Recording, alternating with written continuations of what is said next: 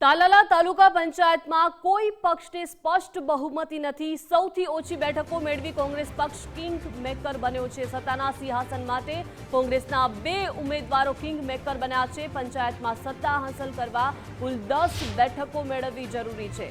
ચૂંટણી પરિણામોમાં ભાજપને 9, આપને 7 અને કોંગ્રેસને 2 બેઠકો જીતી છે।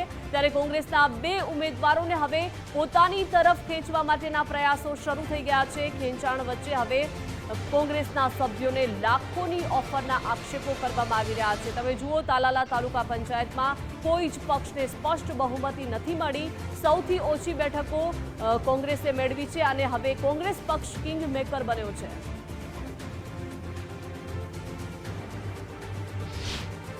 ટેલિફોનિક કાલથી ચાલુ થયું છે બધાનું કે ભાઈ સમર્થન આપો। બંને પાર્ટીઓ દ્વારા આવે છે, લોભામણી સ્કીમો પણ આવે અને બીજું પણ આવતું હોય। હવે તો આવનાર સમયમાં પાર્ટીની સ્ટ્રેટેજી બધી નક્કી થશે અને પાર્ટીની મોવડી મંડળવાળા બધા નક્કી કરશે।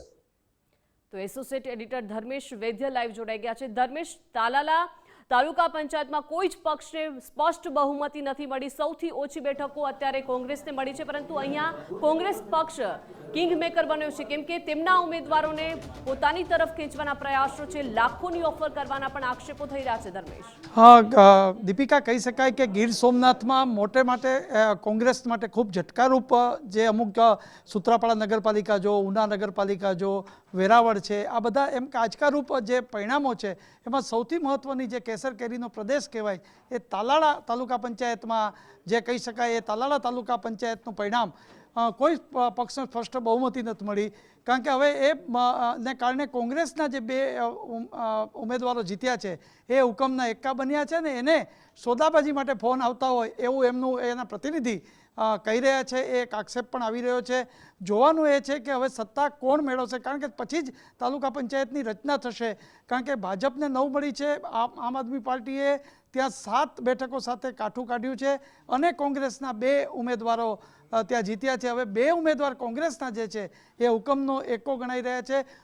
તાલાળાના ધારાસભ્ય ભાજપના ભગવાનભાઈ બારડ ના નેતૃત્વમાં આખી પંચાયતની આ ચૂંટણી લડાઈ હતી અને તાલાળા તાલુકા પંચાયતમાં આ જે પરિણામ આવ્યું છે હવે જોવાનું એ રહે છે કે કોંગ્રેસના બંને ઉમેદવારો અત્યારે જે એમને બંને પાર્ટીઓ કદાચ આમ આદમી અને ભાજપ આ બંને એમને ફોન કરી રહ્યા છે અથવા એમનો સંપર્ક કરી રહ્યા છે, પણ 24-48 કલાકમાં સત્તા કોની એ પણ તરત ખ્યાલ આવશે, ચોક્કસ ખબર પડી જશે।